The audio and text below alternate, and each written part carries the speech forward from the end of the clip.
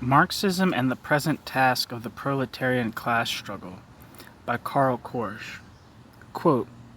"Let the dead bury their dead. The proletarian revolution must at last arrive at its own content." End quote. Marx.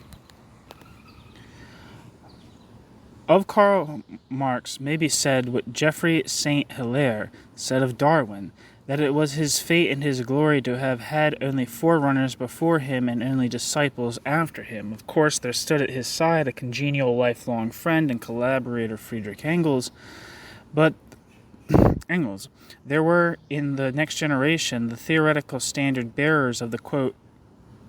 revisionist and, quote, orthodox wings of the German Marxist Party, Bernstein and Kautsky, and besides these pseudo-savants, such real scholars of Marxism as Antonio Labriola in Italy, George Sorel in France, and the Russian philosopher Plekhanov. There came at a later stage an apparently full restoration of the long-forgotten revolutionary elements in the Marxian thought by Rosa Luxemburg in Germany and Lenin in Russia. During the same period, Marxism was embraced by millions of workers throughout the world as a guide for their practical action. There was an imposing succession of organizations, from the secret Communist League of 1848 and the Working Men's International Association of 1864 to the rise of the powerful social democratic parties on a national scale in all important European countries, and to an ultimate coordination of their scanty international activities in the so-called Second International of the pre-war period, which after its collapse found its eventual resurrection in the shape of a militant communist party on a world scale. Yet there was, during all this time, no corresponding internal growth of the Marxian theory itself beyond those powerful ideas which had been contained within the first scheme of the new revolutionary science as devised by Marx. Very few Marxists up to the end of the 19th century did so much as find anything wrong with this state of affairs, even when the first attacks of the so-called revolutionists brought about what a radical bourgeois socialist, very few Marxists up to the end of the 19th century did so much as find anything wrong with this state of affairs. Even when the first attacks of the so-called revolutionists brought about what a radical bourgeois socialist, the later first president of the Czechoslovak Republic, Th.G. Masaryk, then called a philosophical and scientific, quote, crisis of Marxism, end quote, the Marxists regarded the condition existing within their own camp as a mere struggle between a, quote, orthodox, end quote, Marxist faith and a deplorable, quote, heresy, end quote. The ideological character of this wholesale identification of an established doctrine with the revolutionary struggle of the working class is further enhanced by the fact that the leading representatives of the Marxian orthodoxy of the time, including Kautsky in Germany and Lenin in Russia, persistently denied the very possibility that a true revolutionary consciousness could ever originate with the workers themselves. The revolutionary political aims, according to them, had to be introduced into the economic class struggle of the workers, quote, from without, end quote, i.e. by the theoretical endeavors of radical bourgeois thinkers, quote, equipped with all the culture of the age, end quote, such as Lassalle, Marx, and Engels. Thus the identity of a bourgeois-bred doctrine,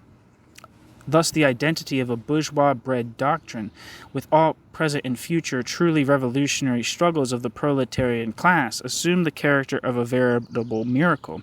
Even those most radical Marxists who came nearest to the recognition of a spontaneous development of the proletarian class struggle beyond the restricted aim pursued by the leading bureaucracies of the existing social democratic parties and trade unions never dreamt of denying this pre-established harmony between the Marxist doctrine and the actual proletarian movement. As Rosa Luxemburg said in 1903, and the Bolshevik Ryazanov repeated in 1928, quote, every new and higher stage of the proletarian class struggle can borrow from the inexhaustible arsenal of the Marxist theory ever new weapons as needed by that new stage of the emancipatory fight of the working class, end quote.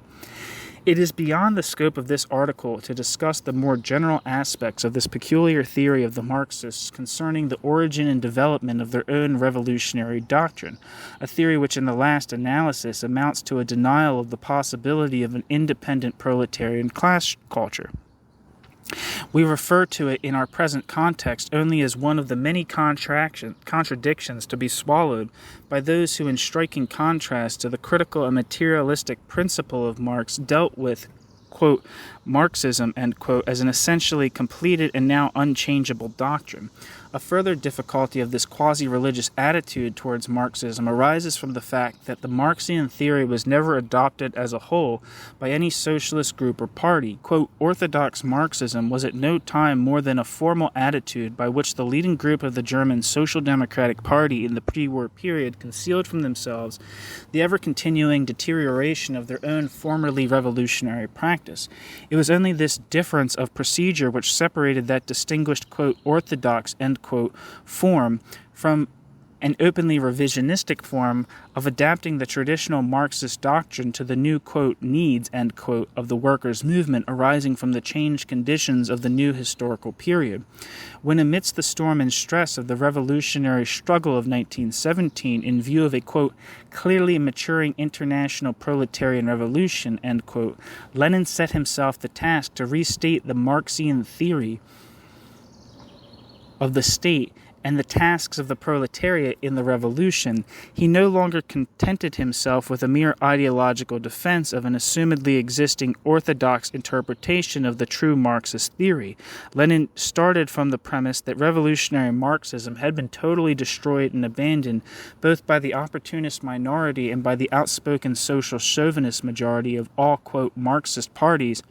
and trade unions of the late Second International. Lenin openly announced that Marxism was dead and proclaimed an integral, quote, restoration, end quote, of revolutionary Marxism. There is no doubt that, quote, revolutionary Marxism, end quote, as restored by Lenin, has led the proletarian class to its first historical victory. This fact must be emphasized not only against the pseudo-Marxist detractors of the, quote, barbarous, end quote, communism of the Bolsheviks, as against the, quote, refined and, quote, cultured socialism of the West. It must be emphasized also against the present beneficiaries of the revolutionary victory of the Russian workers, who have gradually passed from the revolutionary Marxism of the early years to a no longer communist but merely, quote, socialist and democratic creed called Stalinism. In the same way, on an international scale, a mere, quote, anti-fascist, end quote, coalition of the United Fronts, People's Fronts, and National Fronts was gradually substituted for the revolutionary class struggle waged by the proletariat against the whole economic and political regime of the bourgeoisie in the, quote, democratic, end quote, as well as in the fascist and the, quote, pro-Russian, end quote, as well as the anti-Russian states.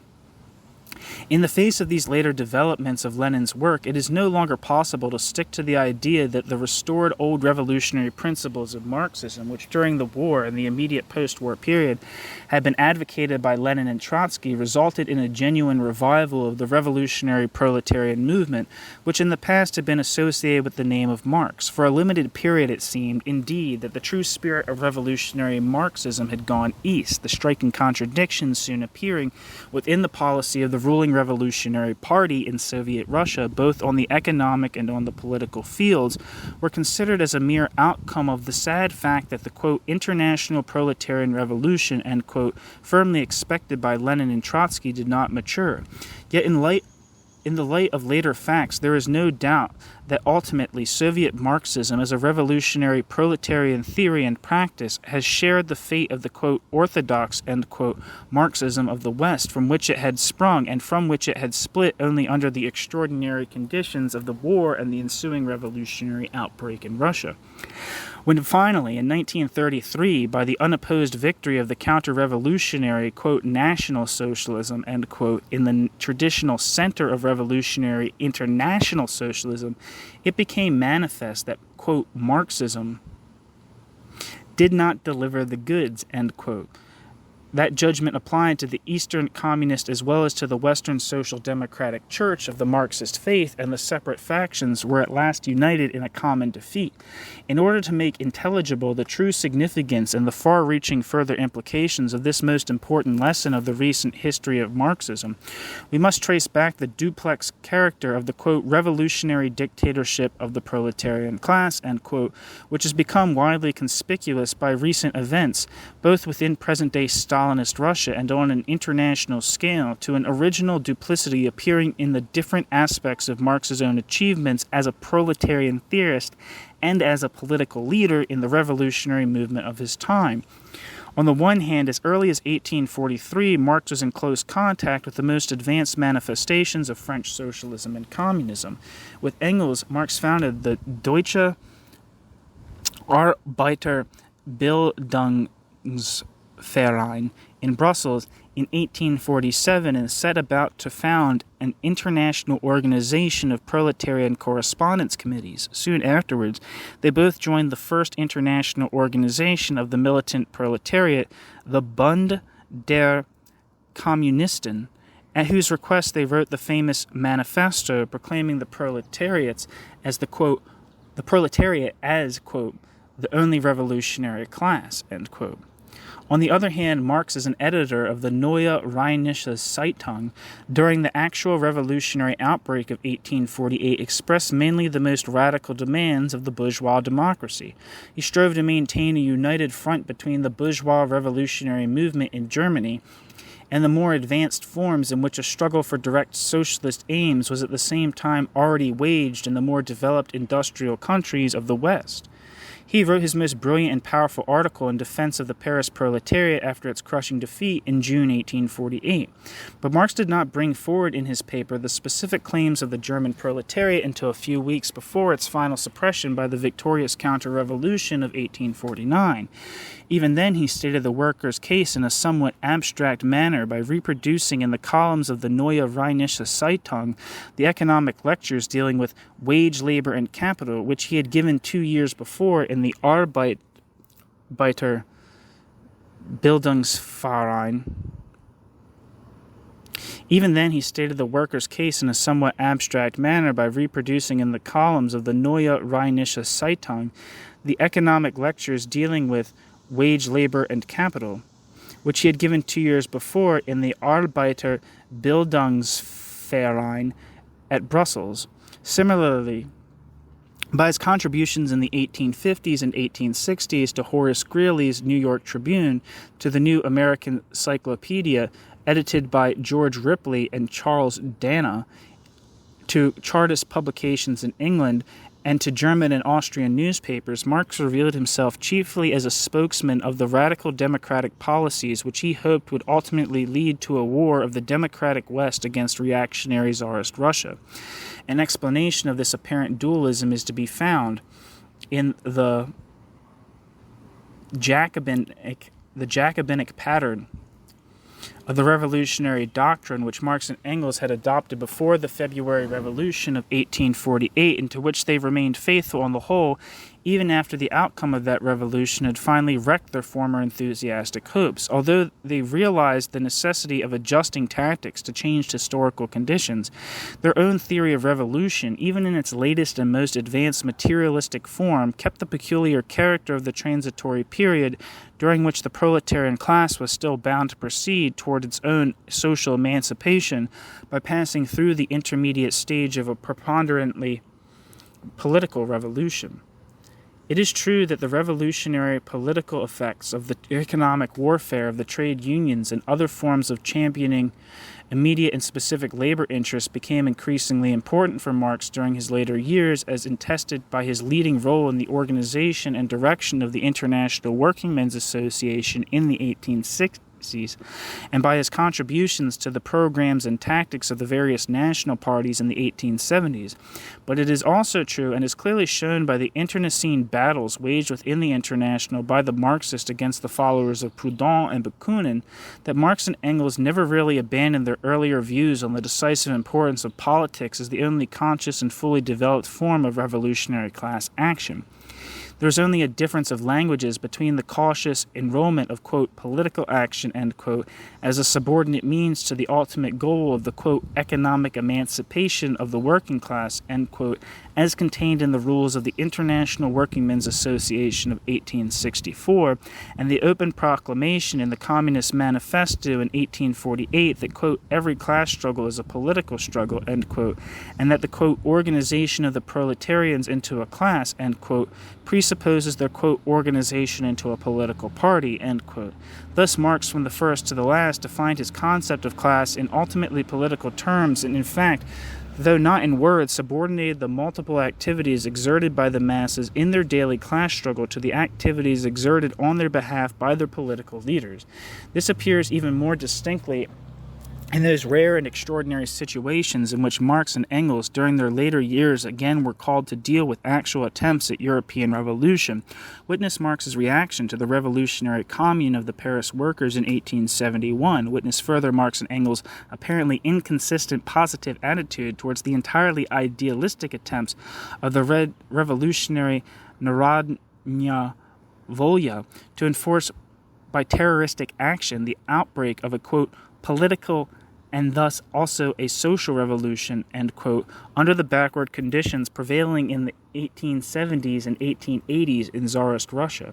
As shown in detail in an earlier article, Living Marxism, March 1938, Marx and Engels were not only prepared to regard the approaching revolutionary outbreak in Russia as a signal for a general European revolution of the Jacobin type, in which, as Engels told Vera Sasulich in 1883, quote, if the year 1789 once comes, the year 1793 will follow, end quote. They actually hailed the Russian and all European revolution as a workers' revolution and the starting point of a communistic development. There is then no point in the objection raised by the Mensheviks and other schools of the traditional Western type of Marxist orthodoxy that the Marxism of Lenin was in fact only the return to an earlier form of the Marxism of Marx, which later had been replaced by a more mature and more materialistic form.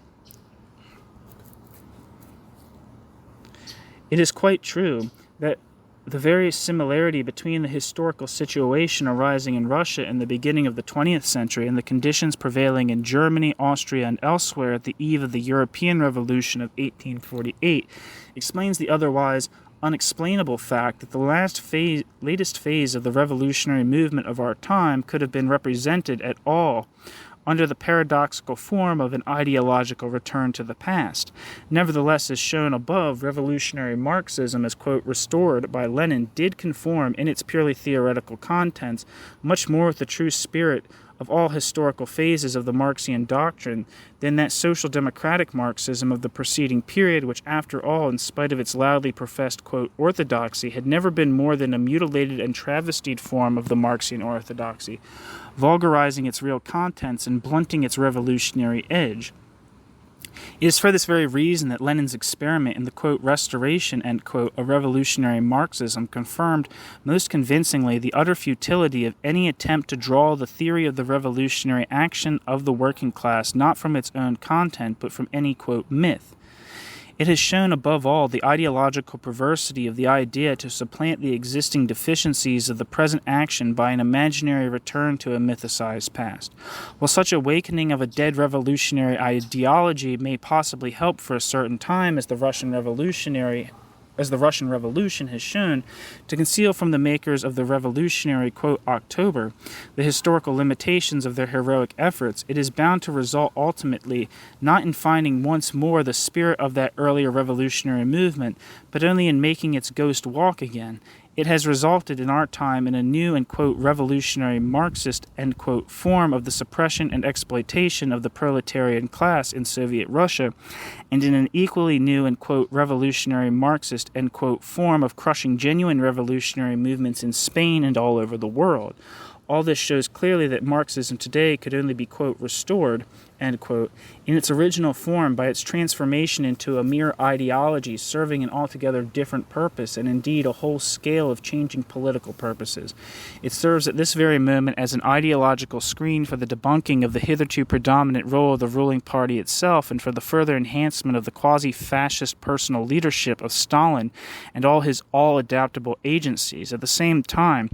on the international scene, the so-called anti-fascist policy of the, quote, Marxist Comintern